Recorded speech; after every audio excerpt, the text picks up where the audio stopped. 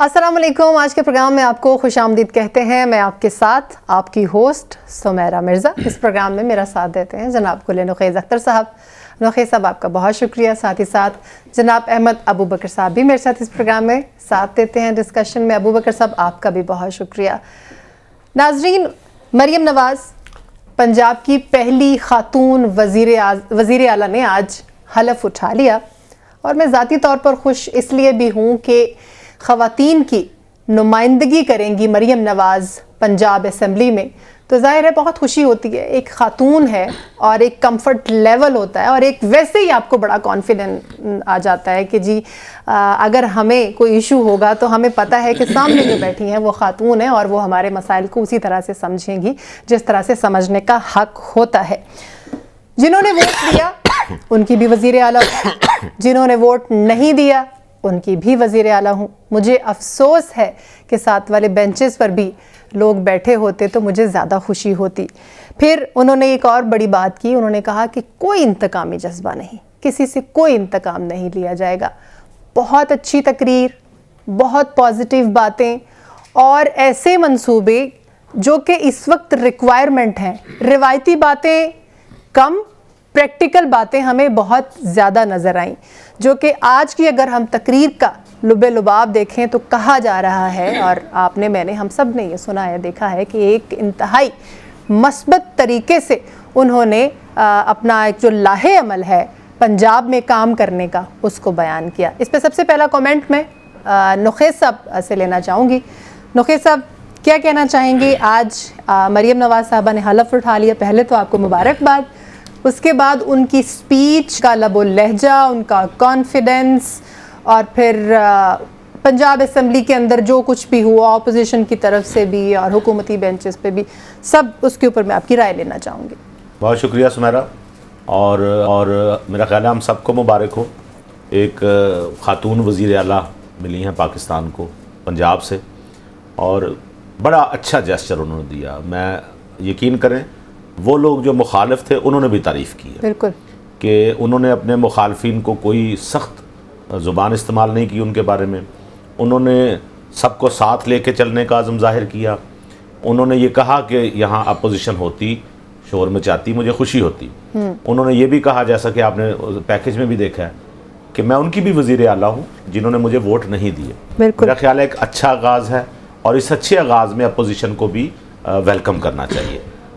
اس معاملے میں اگر آپ کہیں کہ ہم نے دشمنی کا رویہ ہی رکھنا ہے اور پنجاب کو نہیں چلنے دینا اور اسمبلی کو نہیں چلنے دینا، یہ بہت بڑی زیادتی ہوگی. اگر ایک طرف سے جیسچر آیا، ہم سارے اسی بات پہ یہ رولا ڈالتے رہے اپنے پروگرام میں بھی کہ یار محبت کی فضا قائم ہونی چاہیے، دشمنیاں بھولیں، آپس کی نفرتیں بھولیں، اور بہتر طریقے سے چلیں. تو بہتر طریقے سے وہ آمادہ ہوئی ہیں چلنے پہ. انہوں نے، آپ نے دیکھا ہوگا، انہوں نے کلثوم نواز شریف کی تصویر ساتھ رکھی. بالکل انتہائی دکھ سے گزری ہیں مریم نواز. جو کچھ انہوں نے سہا، جس طرح سے قید و بند کی صورتیں انہوں نے برداشت کی، اور جس طرح ان کی والدہ کا انتقال ہوا، یہ سارے دکھ آج انہوں نے بھلا کر ایک طرف رکھ کر صرف ایک طرف ماں کی تصویر رکھی ہے. اور بڑا جذباتی منظر تھا. انہوں نے یہ ظاہر کیا ہے اور ثابت کیا ہے کہ وہ انتقامی وزیر اعلیٰ نہیں. اور میں یہ آپ کو بات بتا دوں، مریم کی گفتگو جتنی بھی وہ کرتی رہی ہیں اس سے پہلے، اس میں بھی انہوں نے کبھی کوئی انتقامی بات نہیں کی. اور ان کے بطور وزیر اعلیٰ آج لب و لہجہ بہت دھیما. میں آپ کو اس کی وجہ بتاتا ہوں. اس کی وجہ سمیرا، اس کی وجہ پتہ کیا ہوتی ہے؟ کچھ لوگ ایسے ہوتے ہیں جن کو اللہ تعالیٰ کچھ نوازتا ہے تو وہ ظالم بن جاتے ہیں. کچھ ایسے لوگ ہوتے ہیں جن کو اللہ تعالیٰ نوازتا ہے وہ مزید ہمبل ہو جاتے ہیں. تو مریم کی شخصیت میں آج ایک ہمبلنس کا تاثر ملا، اور لگا کہ وہ واقعی پنجاب کے لیے کچھ کرنا چاہتی ہیں. تو یہ واقعی خوشی کی بات ہے. ابو بکر صاحب اس پہ بھی آپ کا کامنٹ لینا چاہوں گی، لیکن ایک بڑی اہم انہوں نے بات کی کہ پاکستان کو اکانومک ہب بنانا جو ہے، اسپیشلی ظاہر ہے وہ پنجاب کی بات کریں، لیکن پنجاب ایک بڑا صوبہ ہے، تو آبویسلی پاکستان کی ہی بات ہو سکتی ہے یہاں پر. انہوں نے کہا ہے کہ پاکستان کو اکنامک ہب بنانا میرا ویژن ہے، اور اس وقت ہمیں بہت ضرورت بھی ہے. چیلنجز کی بات کرنا چاہوں گی آپ کے ساتھ، اور آج کا جو ان کا جیسچر تھا، جو آج ان کا لب و لہجہ، جیسے نخیز صاحب سے کامنٹ لیا، وہ کامنٹ بھی آپ سے لینا چاہوں گے. ہاں جی، دیکھیے چیلنجز تو بہت ہیں. پاکستان کا سب سے بڑا صوبہ ہے، اور اس کی آبادی جو ہے وہ ترکی سے زیادہ ہے، ایجپٹ سے زیادہ ہے، جرمنی اور انگلینڈ سے بھی زیادہ ہے. ان ملکوں سے زیادہ ہے اس کی آبادی. جی، تو چیلنجز تو بہت زیادہ ہیں. میڈم نے اپنی تقریر میں بھی ان چیزوں کا احاطہ کیا ہے.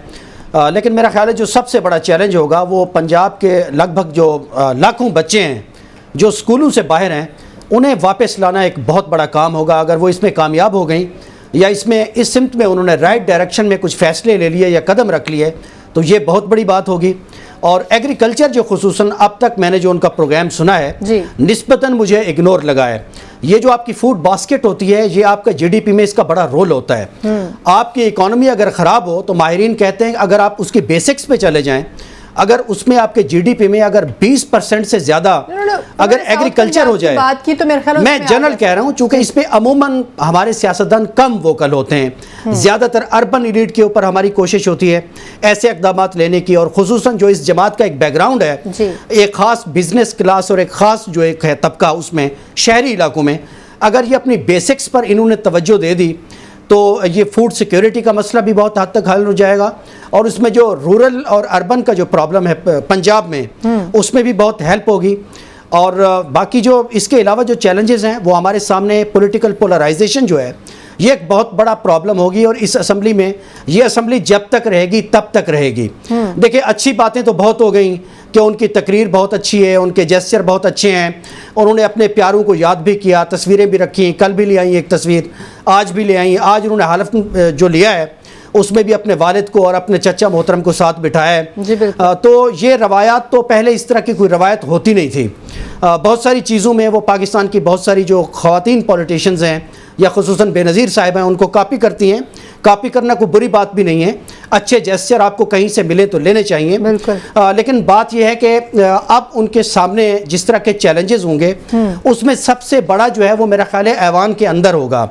آج تو جس طرح کا منظرنامہ ہم نے دیکھا ہے تحریک انصاف کی صفوں میں, پتہ نہیں یہ کس نے انہیں مشورہ دیا کہ آپ اتنے بھرے ایوان کو جہاں آپ بھی ایک بڑی تعداد میں موجود ہیں, جہاں آپ اپنے ایجنڈے پہ بات بھی کر سکیں گے, نعرے بازی بھی کر سکیں گے, جو آپ کے ساتھ ناانصافی یا بددیانتی کی گئی ہے اس کو چیلنج بھی کر سکتے ہیں. بالکل آپ اسے چلے گئے باہر, آپ نے سیڑھیوں پہ کھڑے ہو کے احتجاج کیا, بہتر ہوتا آپ وزیر اعلیٰ کے سامنے کرتے, اپنی موجودگی کا احساس بھی دلاتے, بجائے اس کے کہ آپ بعد میں جا کر اپنے فارم 45 کے جو آپ کے امیدوار ہیں ان کا ایک اکٹھ کرتے, ان کی آپ حلف کی بات کر رہے ہیں.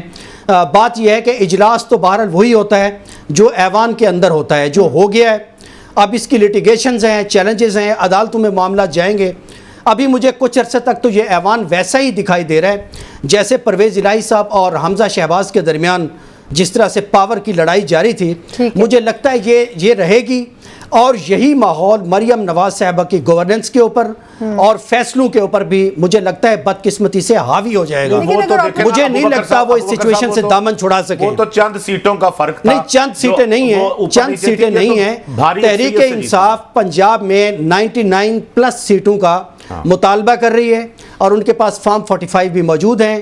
یہ لٹیگیشن کا معاملہ ہے, اور اگر اس کے اوپر سسٹم نے تھوڑا سا بھی انہیں ریلیف دیا یا تھوڑی سی بھی بات موجودہ اتحاد کی بگڑی پاکستان کے طاقتور لوگوں سے, تو یہ فیصلے ریورس ہونا شروع ہو جائیں گے, اور میڈم کا جو وزارت اعلیٰ کا سنگھاسن ہے وہ کسی بھی وقت ڈوب بھی سکتا ہے. بہرحال یہ چیلنجز سے بھرپور اسمبلی ہے, جس کو اسمبلی کے اندر بھی وزیر اعلیٰ کو چیلنج ہوگا, ریزسٹنس ہوگی, اور ایوان کے باہر تو پہاڑ جیسے مسائل ہیں پنجاب میں, ان کو حل کرنا ایک بہت بڑا چیلنج ہوگا. اس کے لیے کنسنسس بڑا ضروری ہے, جو کہ مجھے دکھائی نہیں دیتا, لیکن شروعات ہیں, پہلا دن ہے. میں بھی نیک تمناؤں کا اظہار کرتا ہوں, اور یہ خواتین والی جو بات ہے یہ بار بار کی گئی ہے. میرا خیال ہے پاکستان کا جو جمہوری مزاج ہے وہ بہت میچور ہو چکا ہے, اور مجھے بینگ پاکستانی فخر ہے کہ ہم نے آج سے 36 سال پہلے ایک خاتون کو پورے نظام کے ریزسٹنس کے باوجود بے نظیر کو وزیر اعظم بنایا. مریم نواز کا جو مینڈیٹ ہے اس پہ تو ہزاروں ifs and buts ہیں, پتہ نہیں یہ مینڈیٹ کہاں سے ہوتا ہوا یہاں تک پہنچا ہے.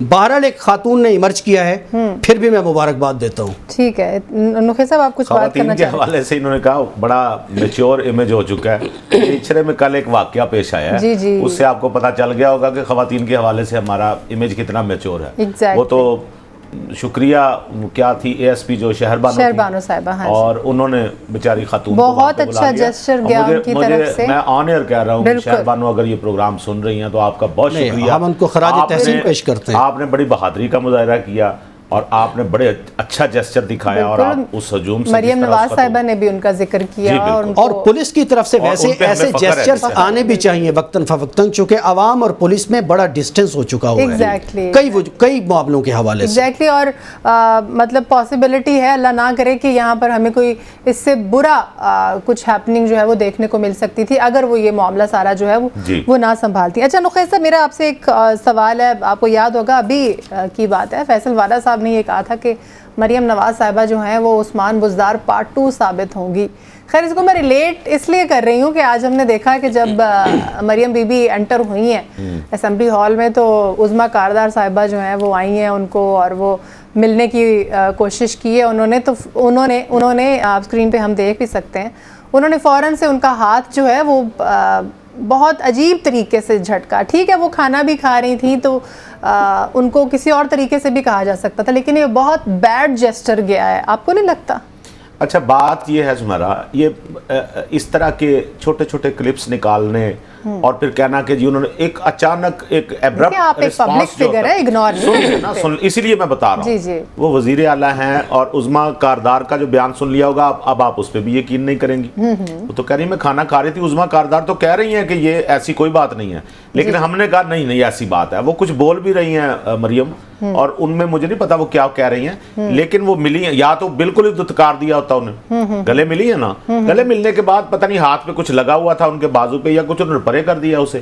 اب اس بات کو بنیاد بنا کے طوفان کھڑا کر لیں تو کر لیں، نہیں طوفان یہ کہاں نہیں ہوتا۔ میری بات سنیں، جیسچر کی بات ہے، ہم نے ہمیشہ دیکھا، ہم نے ہمیشہ جیسچر ہی بتا رہا ہوں نا، جیسچر کی تشریح آپ کر رہی ہیں۔ نہیں میں نہیں کر رہی، ہاں آپ نے دیکھا ہے، میں نے دیکھا نا، یہ ابھی آپ نے دیکھا ایسے بازو کو پکڑ کے ایک دم سے سائیڈ پہ کر دینا۔ میں نے بتایا نا، یا ہم تھوڑے سے محتاط ہو جاتے ہیں، میں نارمل بتاؤں نا آپ کو، ہم ایک دفعہ پھر ہم دیکھ رہے ہیں، ذرا دیکھیے ذرا اسکرین پہ نخیل صاحب، دیکھیے یہ اصل میں وہ بڑی جرات کا بڑی زیادتی کر رہی ہیں۔ اس کے بعد پھر عظمیٰ کاردار نے ایسے ہاتھوں کا اشارہ کیا، لاکھوں روپے کا میک اپ ہوتا ہے، انہیں جرات ہی کیسے ہوئی؟ یہ تو اچھا یعنی بہت برا ہو گیا کام، یہ کہہ رہے ہیں آپ لوگ؟ نہیں یہ کوئی اچھا جیسچر نہیں ہے، اچھا جیسچر کی بات نہیں۔ آپ خواتین کی ونٹیج لے رہے ہیں اور ایک خاتون کا ہاتھ جھٹک رہے ہیں۔ ابوبکر صاحب میں آپ کو بتاؤں نخیل صاحب، یہ جو سیاسی جماعتیں ہیں نا، خرابی یہاں ہے، یہ فیملی انٹرپرائزز ہیں۔ ہم نے تو یہاں دیکھا کہ لیڈر کسی کی جرات نہیں ہے ان لیڈروں سے بات کرنے کی، لیڈر اپنے کارکنوں کو تھپڑ مار دیتے ہیں۔ یہ جناب کو یاد ہے کہ میں نام لوں کسی کا؟ آپ نام لے سکتے ہیں، میں خان صاحب کی بات کر رہا ہوں، کتنی ویڈیوز ہیں کوئی بھی کرے، یہ تو جسٹیفائیبل نہیں ہے، یہ تو بات یہ رویہ جسٹیفائی نہیں ہے۔ سنیں لاجیکلی بات سن لیں، عموماً وہ ہمارے ہاتھ گیلے ہو، ہم کسی سے ہاتھ نہیں ملاتے، یہاں سے ہاتھ ملا لیتے ہیں، کسی کا ہاتھ لگ جائے ہم اچانک، وہ تو ہم خود خیال کرتے ہیں نا۔ رسپانس انہوں نے دیا ہے، اس میں کوئی ایسا نہیں ہے کہ طے کر کے بیٹھی ہوئی تھی مجھے کوئی ہاتھ لگائے گا تو میں اس کا ہاتھ جھٹک دوں گی۔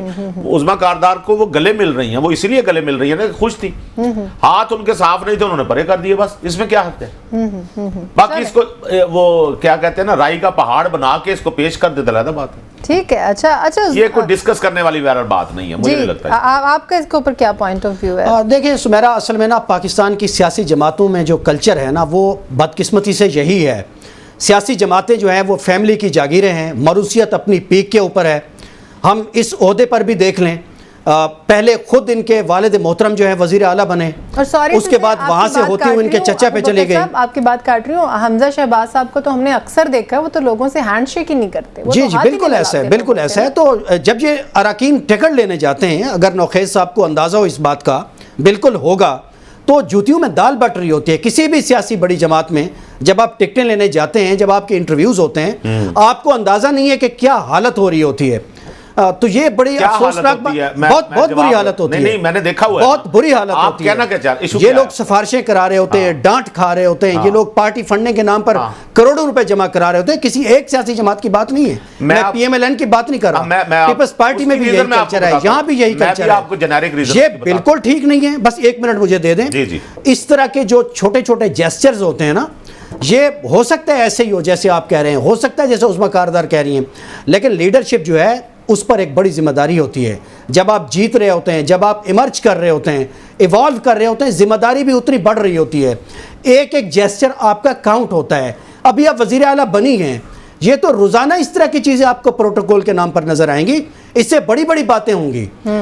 تو اس طرح کے نظاروں کے لیے آپ کو تیار رہنا چاہیے۔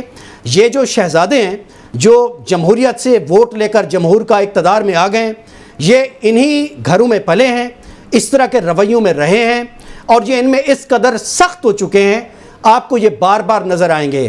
بلاول کے ساتھ بھی کوئی بندہ پر نہیں مار سکتا، ان کے ساتھ بھی یہی ہوتا ہے، حمزہ شہباز کی سیکیورٹی بھی یہی ہوتی ہے۔ تو یہ فیملی کلچر جو ہے نا، وزارت اعلیٰ مجھ میں آئے گی، پھر مجھ سے ہوتی ہوئے میرے چھوٹے بھائی میں جائے گی، 2-3 دفعہ وہاں رہے گی، وہاں سے ان کے صاحبزادے کو جائے گی، صاحبزادے سے پھر ان کو جائے گی، مریم نواز صاحبہ کو، یہاں تو اپوزیشن لیڈر بھی ہمارا اپنا ہوگا حمزہ شہباز۔ یہ کلچر بدقسمتی سے پاکستان کی تمام بڑی سیاسی جماعتوں میں ہے۔ اس میں جماعت اسلامی جو ہے اس کا کریڈٹ ہے، یا اب تحریک انصاف نے جو ٹکٹیں دی ہیں، اس دفعہ جو لوگ کھمبے جو جیتے ہیں، ایک بھی بندہ نہیں ہے جسے آپ عمران خان کا رشتہ دار کہہ سکیں۔ تو یہ جو مروثیت ہے نا، یہ ہماری سیاسی جماعتوں کی جڑوں میں بیٹھ گئی ہے۔ یہ جو مہر بانو قریشی کون کس کی ہے بیٹی؟ سر وہ سٹرگل کر رہی ہیں، نہیں سٹرگل کر رہی ہیں، اس وقت کر رہی ہیں، مریم کی کر رہی ہیں۔ دیکھیں نا، جب انہیں ضمنی الیکشن میں، ایک منٹ، ضمنی الیکشن میں جب انہیں ٹکٹ دیا تھا، سب سے زیادہ تنقید تحریک انصاف کی صفوں میں ہوئی اور وہ ہار بھی گئی تھی۔ لیکن 9 مئی کے بعد کا جو معاملہ ہے نا سر، اس پہ اب ان کا معاملہ ڈیفرنٹ ہے۔ وہ روزانہ اڈیالہ بھی ہیں، پارٹی میں بھی سرگرم ہیں اور اپنے والد کی سیٹ کے اوپر الیکشن بھی لڑی ہیں۔ آپ نے کہا کہ تحریک انصاف جو ہے وہ مروثیت، عمران خان صاحب کو دیکھ لیں، عمران خان صاحب کی جماعت کا کوئی دیکھ لیں، کوئی بندہ جو ان کا رشتہ دار ہو الیکشن لڑا ہو۔ اس وقت نہیں، جو مروثیت کو فروغ نہیں دیتے انہوں نے، نہیں دیکھیں بات ہے نا، ان کی پارٹی میں مروثیت کو فروغ نہیں دینا نا، یہی بات کر رہے ہیں۔ ایسا ہی ہے۔ تو شاہ محمود قریشی صاحب کی بیٹی کو ٹکٹ ملا، ایک آدھ الیکشن بعد نہیں ملے گا۔ عمران خان صاحب کی بہن لڑی، ان کا کوئی کزن لڑا، اس سے پہلے بھی سن لیں، ان کے کوئی اور عزیز لڑے۔ اچھا بات پتہ کیا ہوتی ہے، یہ جو مروثیت ہے نا، اس کا تعلق صرف رشتہ داروں سے نہیں ہوتا۔ آپ کو کوئی بہت پیارا لگتا ہے نا، آپ اس کی خاطر، ہاں یہ ایک نئی تعریف ہو سکتی ہے، کام کرتے ہیں نا، تو یہ ایک نئی تعریف کہتے ہیں، یہ ایک نئی تعریف ہو سکتی ہے۔ ہے یہی نا، آپ کو رشتہ داروں میں کوئی پسند نہیں، کوئی آپ کو بہت پیارا آؤٹ آف سر، یہ پرابلم اگر تحریک انصاف میں بھی آ جائے تو بھی بری ہے، اور ڈائنسٹک پالیٹکس جو ہے یہ جمہوریت کی روح کے خلاف ہے۔ یہ ہندوستان میں ہو، پاکستان میں ہو، کسی اور ملک میں ہو، ہم اس کا کہیں ڈیفنس نہیں لے سکتے، حتیٰ کہ یہ عمران خان صاحب کی جماعت میں بھی ہو تب بھی ہم نہیں لے سکتے۔ میں آپ کو بتاتا ہوں یہ کیوں ہوتا ہے، اس لیے کہ پارٹی نے اپنا نا ایجنڈا آگے بڑھانا ہوتا ہے، جو ان کی سوچ ہوتی ہے، جس کے مطابق وہ سمجھتے ہیں انہوں نے آگے چلنا ہے۔ اس ایجنڈے کو آگے بڑھانے کے لیے آپ کو ہم خیال لوگوں کی ضرورت ہوتی ہے۔ بالکل ایسے یہ نہیں ہو سکتا۔ دیکھیں ہم خیال ہونا اور بات ہے، فیملی ممبران کی ایک اور بات ہے، ان کو گڈمڈ نہ کریں۔ میں جو پہلے آپ کو بات، پالیٹکس یقیناً ہم خیال لوگوں کے ساتھ کرتے ہیں نا سر، ایسی تو کوئی بات نہیں ہے۔ کوئی آپ اپنے بہت پیارے کو بھی نوازیں تو وہ بھی مروثیت میں آ جاتا ہے۔ تو خان صاحب نے بھی وہی کیا ہے، پی ٹی آئی بھی وہی کرتی ہے، جو لوگ اس کے ساتھ جڑے ہوئے ہیں۔ ہم خیال لوگوں کو ٹیم بنانا، ان کو چلنا، ایک اور بات ان کی بہن نے ڈانٹ دیا۔ آج کل ٹی وی پہ جو زیادہ تر آپ سننے میں آ رہا ہے، ان کی بہن زیادہ تر نظر آ رہی ہے، علیمہ خان صاحبہ، ٹھیک ہے۔ انہوں نے مسرت جمشید چیمہ کو ڈانٹ دیا، جب میرے بھائی کو آپ کی ضرورت تھی تو آپ کہاں تھی اس وقت، ٹھیک ہے۔ تو آج مسرت جمشید چیمہ ان کے ہسبینڈ پیچھے ہیں، آج کچھ اور لوگ آگے آگے، کچھ ایسے ہیں جو ان کے ساتھ کھڑے رہے، جن میں گڈا پور صاحب بھی شامل ہیں۔ تو خان صاحب نے انہیں نامینیشن کے لیے منتخب کیا نا، کہ وہ یہی ہوتا ہے، یہ مروثیت سے ہٹ کے ہوتا ہے۔ خان صاحب یہ تو مروثیت نہیں ہے کہ ہم خیال لوگ جو آپ کے ساتھ الیکشن لڑتے ہیں، جو آپ کے نظریے کے اوپر آ جاتے ہیں، جو آپ کی ٹیم میں آ جاتے ہیں، آپ کو ایکسٹرا دیکھیں یہ ایک اور چیز ہے، آپ اس کو نیپوٹزم کہہ لیں، لیکن آپ سیاسی جماعتوں میں مروثیت کا یہ ڈیفنس نہیں لے سکتے سر۔ یہ پاکستان میں حقیقی جمہوریت گراں میں رکاوٹ ہے۔ جو لوگ مروثیت میں ہیں ان سے پوچھئے ذرا انہوں نے کیا کیا اذیتیں سہی۔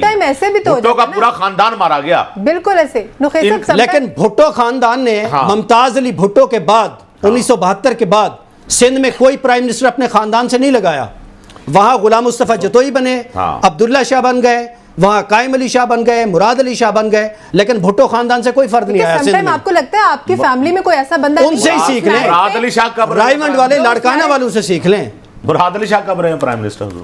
نہیں میں اس کی بات کر رہا ہوں سر، وزیر اعلیٰ سندھ کی بات کر رہا ہوں۔ یہاں تو پرائم منسٹر بھی رہے ہیں شاہد خاقان عباسی۔ چلو ٹھیک ہے، یہ نہیں مثال دے رہی، وہ تو ان کے ہاں اور بھی لوگ رہے ہیں، گیلانی صاحب بھی رہے ہیں۔ نہیں ادھر نون لیگ کی مثال دے رہا ہوں آپ کو۔ نخیز صاحب، علیمہ خان کی ہم بات کر رہے تھے، آج انہوں نے گفتگو کی ہے، اور گفتگو کرتے ہوئے مریم نواز صاحبہ کی جو وزارت اعلیٰ ہے اس پہ انہوں نے کچھ باتیں کی ہیں، وہ سنتے ہیں پھر واپس آتے ہیں۔ نواز نے وزیر اعلیٰ کا حلف لے لیا ہے، وہ کہہ رہی ہیں کہ جی دعوت دیتی ہوں اپوزیشن کو بھی، آپ کے بھائی کو، کہ وہ آئیں اور بیٹھ کے اس ملک کا سوچیں۔